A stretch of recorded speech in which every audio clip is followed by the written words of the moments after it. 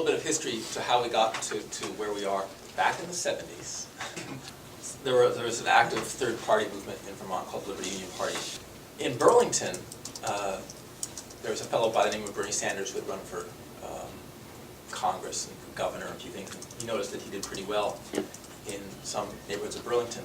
It happens those neighborhoods also had very active neighborhood organizing. Michael Monte, Phil Monte, there are other folks that were involved in Saul Alinsky-style community neighborhood organizing. And the government at that time in Burlington was rather entrenched.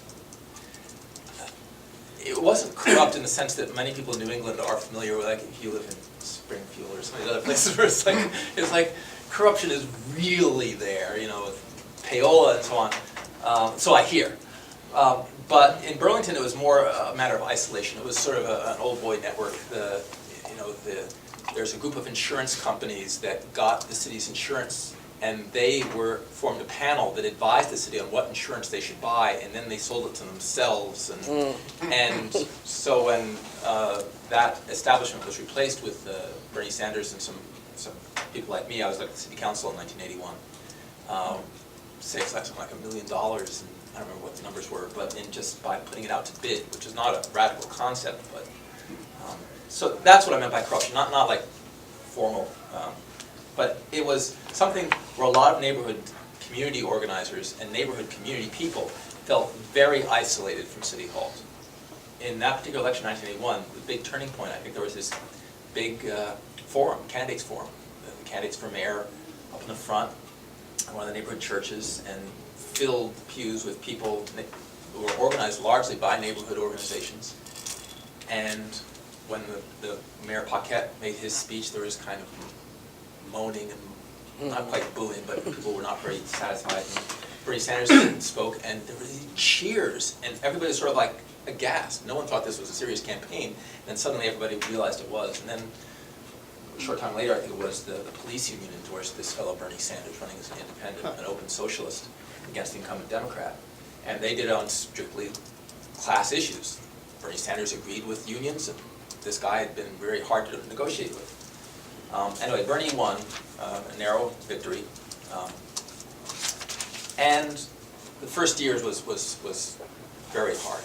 It was hard to govern because there was a stonewalling process. The city council refused the mayor any of his appointments that the charter says he can make with city council approval. And the city council just routinely refused every single one of his appointments, even his secretary.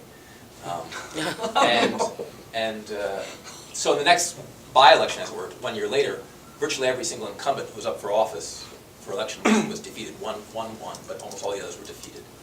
And over a very short period of time, there was rather massive turnover in the city council. Michael Monte got hired as a lowly planner in the planning department at that point, somewhere, actually before Bernie was elected, is that right? No, 82. Okay. Right. And I was on the city council, and I had this idea that town meeting was something, an element of democracy that was lacking in places like Burlington. The idea is that communities that, once they get over 5,000, 10,000, some threshold, the common wisdom is, well, they're too big to have town meeting. I can argue that point, but my notion was, well, what if if size is an issue, why don't we just have one in each ward? In those days, there were 6 wards in the city. And I had the idea we create neighborhood assemblies. Michael was going through a similar track within the planning department, thinking, you know, we have all these issues coming up, and we have a hard time getting community input into these planning issues. And he came up with the idea of neighborhood planning assemblies. I don't know where the planning got added in. So these two ideas were sort of, as far as I know, they were parallel inventions. And I was on the city council, so I sponsored the resolution. I didn't really want the word planning in there, but the planning department wanted it, so it was in there. Because I thought it sort of restricted. Wasn't my. I thought it sort of restricted the tasks. My notion was that they would be involved with budgeting. That they would, if there could be a threshold of involvement at some point where if there was enough people, there'd be some quorum requirement, a large quorum requirement. They could actually do things like appoint commissioners to head the police department. They could approve budgets for paving within their neighborhoods, et cetera, et cetera. That was my notion. Anyway, the resolution passed, formalizing relationship between the city and these created entities, neighborhood planning assemblies. And I'm going to let Michael talk more about what happened with them. I should say that they never, in my mind, fulfilled the potential that I hoped that they would achieve. They have done a lot, and they've remained, they still exist today, as sort of an escape valve. When a hot issue comes forward, a lot of people, there's a set procedure for people to come forward and go to a community meeting. A lot of cities, there's just nothing to do other than call your city councilor one-on-one, and that's it. But I think I should throw the ball to Michael now to talk about what actually has been the experience with participatory work and some of the advisory groups that have been set up for federal grants and so on. And I think picking up from that, it's interesting because we started with the notion of neighborhood planning assemblies because initially my task, which I, as a community organizer first and a person who believed in neighborhoods first, coming into the planning department, my task was to figure out a process to determine how to use certain kinds of money. And it was targeted neighborhoods at those times. There were 4 that the planning department had. They were reasonable targets. There were lower income neighborhoods in the city. And so the notion was that we have these neighborhood planning assemblies in these neighborhoods that would have discussions about how to use the resources in their community. And so that's where the planning part comes in, but that's where the neighborhood comes in as well. They are now really no longer planning and no longer neighborhoods. They are ward assemblies. In terms of how they really represent themselves. But I think Terry's initial notion that these things should be town meetings that create and control everything was in the language of the resolution in terms of what they were allowed to do. I mean, Peter Clavel also, who was now the mayor, also thought that at some point the structures of government will fall to the wayside. A little anarcho-syndicalist in me. You're welcome. The structures of government will fall to the wayside because the popular assemblies will now control the system of resources within the city. I mean, that's how I thought about it, and a little bit of how Peter thought about it too. It never came to fruition, and we could talk about class and race and a whole range of issues and reasons why people don't come to meetings like that. In May of '83, the Community and Economic Development Office got created, and this is in response to the fact that the mayor at the time had no staff of any substance on any policy issues. All the departments of the city were run by commissions, and they simply ran every department and did not relate to each other, and the mayor or council had practically no authority over them. But the commissions were created as a way of popular governance.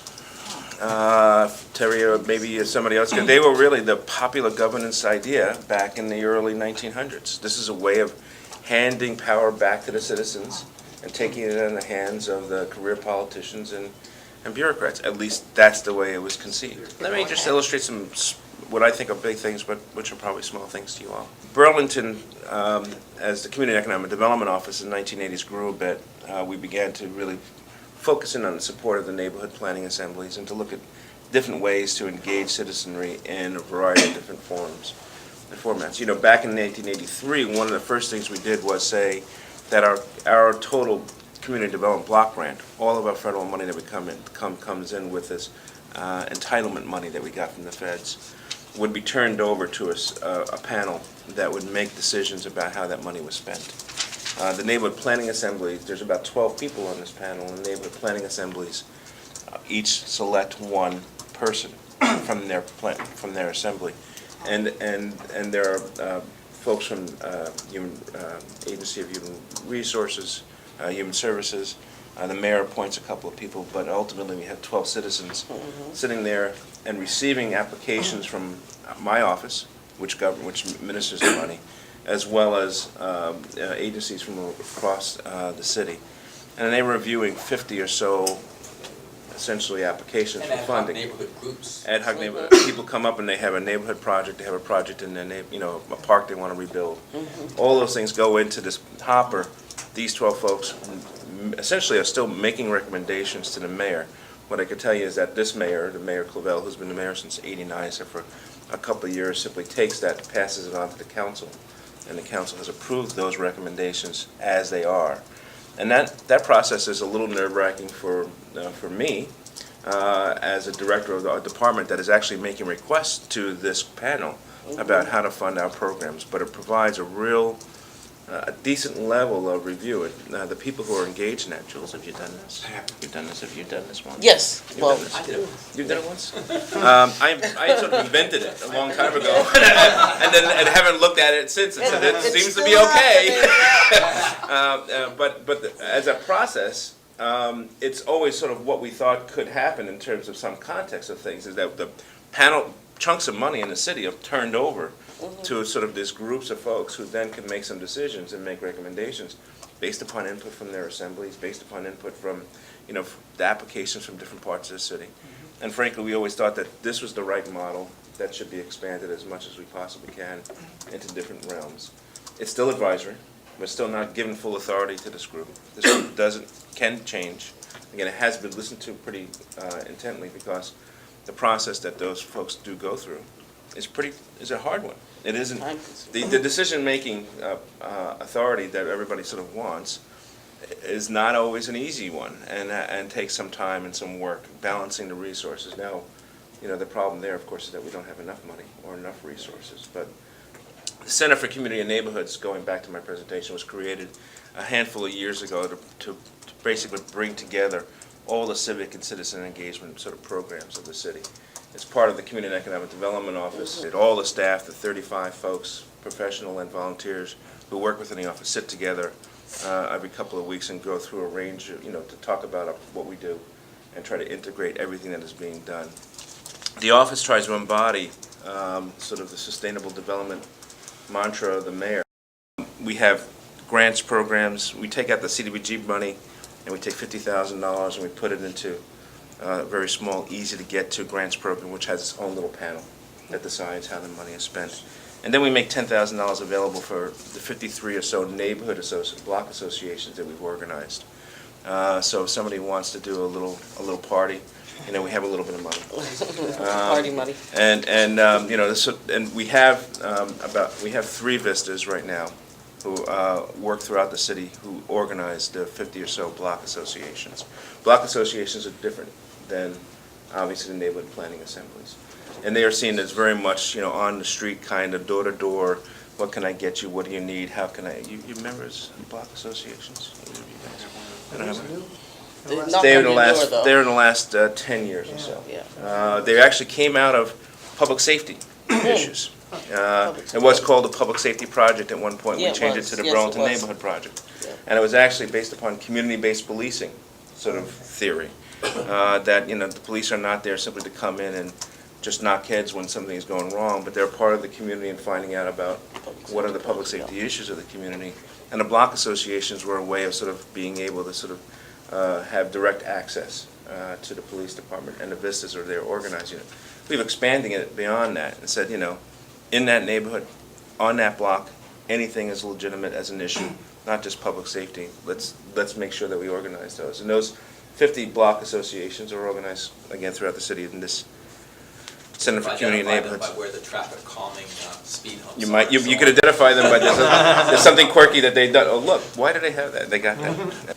We have neighborhood improvement nights, where each year we take a department, and the steering committees and the NPAs decide what they're gonna do. And they take a department and they bring that department to each of the assemblies, and basically have a discussion and debate around the policies and programs of that department. CETO did it 2 years ago. This last round was schools. Schools, yes. It was a fun one. Yeah, it's fun, Yeah, yeah. it was good. Year before that, 3 years before that, it was the police department. Yeah. And so the police department comes in, does a presentation, and the assemblies and the people are there. And for those meetings, a few hundred people show up. Yeah. And that is very much direct conversations about issues. We have something called Neighborhood Night of Successes, where a few hundred people show up and celebrate and get the awards for the work that they're doing within the community. And the last thing we've done a couple of things on is something called study circles. We had study circles on racism, where we have a process that, there's a whole discussion of study circle process, but we could talk about that. But that is, in that process, about 350 people showed up to talk about issues of racism in the community in a fairly integrated, fairly focused kind of way, as opposed to simply a public hearing or public meeting. So. 350 people in one location. Well, in small circles. Actually, they gathered together up a couple of times in big groups. There were about 15 study circles happening simultaneously throughout the community, and each one had about anywhere from 8 to 15 people in that group. And for us, I thought, it was a great level of participation. I facilitated 2 of those groups right there, but I believe it was the conversation that needed to be had, around racism in our communities, and really to look at how we really feel about that. When you're dealing with study circles, you can have any subject matter or a hot button item or whatever the issues are, so I'll leave that alone. Well, what I have to say is, obviously I love Burlington, and I love, for the better part, I love the way it's ran. I love our government, and I believe that has a lot to do with the fact that it is accessible. There are times when it may not be perfect or seem perfect, but I think that that's because there are groups of people who don't participate in many communities, and usually it's the lower income communities. And the thing about Burlington is, it being an enterprise community, it does have a large population in our Old North End of low-income households. And it tends to be those groups of individuals who don't come out and participate. But I think that Cito or Mike, or just even what Terry had said, since Bernie's been with us, they have made tremendous strides, we as a community, to create venues and ways for people to access the issues or the matters that are affecting their lives. And so I'm kind of at this place in my life, and why I was in New York last week, to look at and better understand why people don't participate in their lives, which is probably a whole different discussion. But the city of Burlington, again, as a whole, has been very aware of that and representing the people as a whole.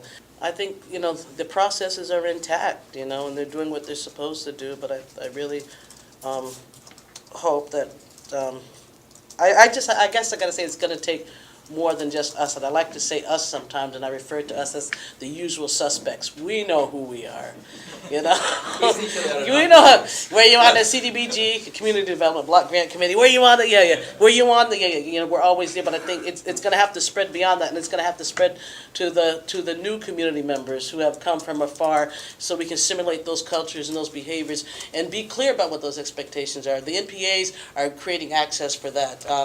The Project Public Safety, and wasn't that born out of the Enterprise Community Initiative, which I sat on that. That was over 70 initiatives around social structure, economics, and there was one more.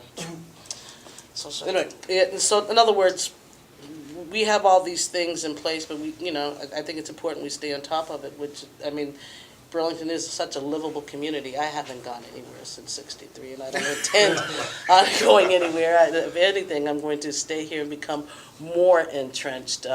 But I'm really very concerned about out front, that as we merge into many different cultures and histories, that we be prepared for that.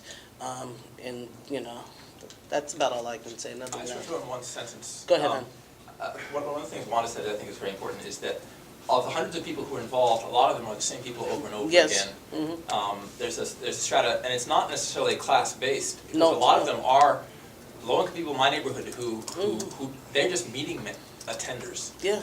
But most of them aren't.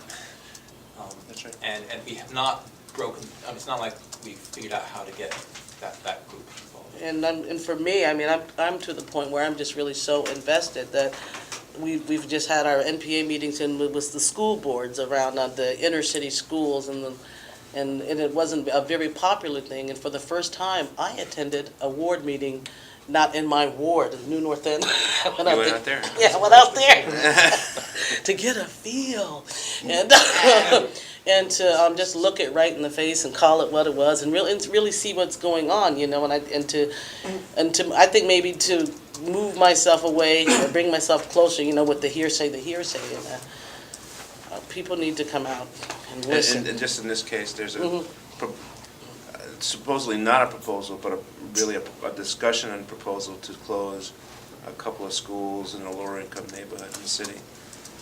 because of their, supposedly because of budget issues, but ultimately supposedly because of their performance. Performance. And the debate is just started, and I think debating and raged. It started a few years ago, died down. Possible And it's up solution, again. though, is to put them on a bus to Yeah. the better parts of town, to Yeah. the, where the kids are scoring a And lot the better. NPA's hosted. In the middle-class community, they want to take them out of their. The NPA's hosted a yeah. discussion of schools Yeah. in a timely way just this past few weeks. And that was a debate, that was really the discussion point. Mhm. There's a what lot to of do hot about it. issues here. Yeah. But before Yeah. we close this session here, can we hear from Jules? So I actually want to throw out Wanda that I was walking down North Street home from work on Friday, and I actually heard 4 languages Yes. spoken. I have never heard 4, I've heard 3. Yes. Yes. So We it's need to, I mean, happening. that's, we're in the midst. Not It's- French or Spanish yeah. either. The school announced No they'll Spanish. get it. There are Spanish. 30 languages, Actually. 30 native languages spoken. Bosnian. Burlington. Vietnamese. Yeah. But one of the, I've been thinking as people have been talking about what practically I can throw in to add to the discussion. And in most of my experience, month in, month out, for the last 5 years, has been in the neighborhood planning assemblies. And I just sort of jotted down really quickly what the key things that keep us active and viable are. CDBG money, and in particular, Michael mentioned the 5% cutout that goes directly to each of the wards, and anybody, regardless of their understanding of civic processes, their understanding of the CDBG and community development block grant processes, can put in a grant request for. They're given assistance by the city in that effort, and it gets people out. New faces, that's one of the ways. When I think about a successful meeting, I think about new faces. How many new people have we seen? Another effort is the neighborhood improvement night, and that is, I don't want to understate that one, because for me on the ground, that's one of the most successful, without any real work on regular folks' part. It's just a successful effort. Because when you get a city department to come out, and you actually get them in the mode to listen, which is another challenge. Getting them out is a challenge, and then actually getting them to listen is a challenge. You can get really good results for people in the community. The group, ironically, that came out for us that was most willing to listen was the Public Works Department. They asked local residents to prioritize which streets, which corners, which sidewalks were the ones they were most concerned about, and then created an action plan based on our feedback. It was an engaged meeting, it was a lively meeting, and it was a meeting that people followed up on, both regular folks and the city department, and it really worked for us.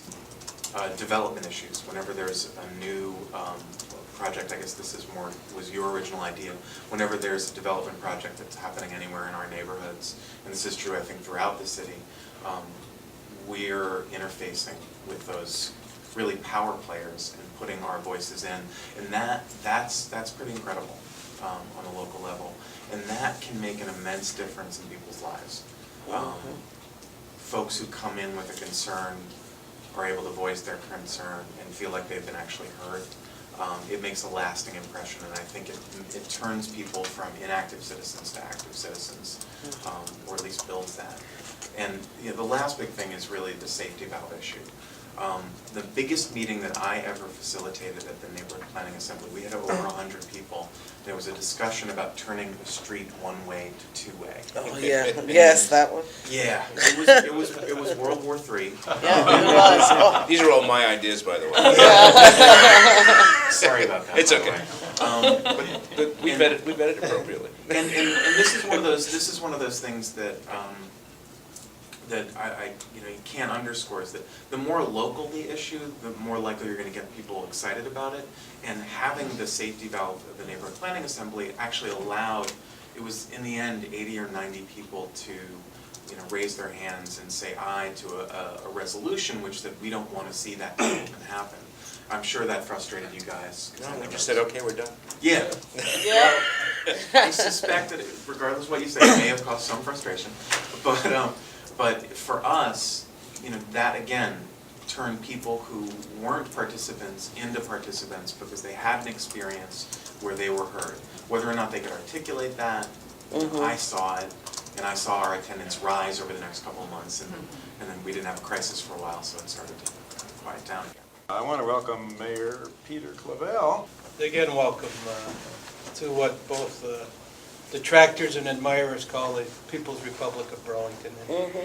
It's real, it's great to know that for the past quarter of a century now, we've had a progressive administration in City Hall in the city of Burlington.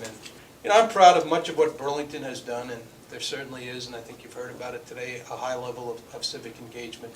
We've got an array of programs in place in the city of Burlington that, woven together, I think, create a fabric of a sustainable community. And always said that for me, a sustainable community is akin to building a strong table. It needs to stand on four legs, all with an E: economic development, environmental protection, social equity, and education. When you get specifically to the issue of participatory budgeting, frankly, I don't think that Burlington's leading the way. An exception in Burlington would be the Community Development Block Grant Program. Burlington is an entitlement community. In most communities, the Community Development Block Grant is a slush fund for the mayor and political cronies to hand out for favorite projects and special constituencies. That's never been the case in Burlington. We have a long history where the decisions concerning the allocation of community development block grant monies are made by the citizens. And they make the decisions. It's a very thoughtful process where applications are solicited. There's usually about 3 to 4 times as much money of applications requested as there's money available. But it's the citizens that make those decisions, and no politician, mayor or city councilor, would dare screw with their recommendations because of the high level of engagement and awareness that's created through that process. So that would be the best example. And I think that we've tried to institutionalize some of the more progressive initiatives. Another example, I think, would be that we have an affordable housing trust fund in the city of Burlington. Now, that's not a high level of citizen participation in the allocation of those monies, but it was the citizens that decided to create that trust fund and to raise their own taxes to fund affordable housing initiatives, and the money just generally flows through the city into the nonprofit organizations, most of which are popularly governed. And recently we used that model to create an open space trust fund. But what am I missing, Michael? Do you want to? Are there other examples that I'm missing? We talked a few of them, but Yeah. mostly in the area of policy and program development, not so much in the area of direct budgeting and governance. I mean, when you look at civic I engagement. praised the Commission Form of Government, for instance. You did? Yeah. But when you look at civic engagement, I think we get high marks. When you look at just issues around sustainability, I think Burlington does well. Our affordable housing initiatives, I think, are among the boldest in the country. Public involvement in budgeting is not something that I would hold up as being cutting edge here in the city of Burlington, with the exception of the Community Development Block Grant Program. Thank you, David. I think that was very helpful. Good, yeah, thank you, Peter.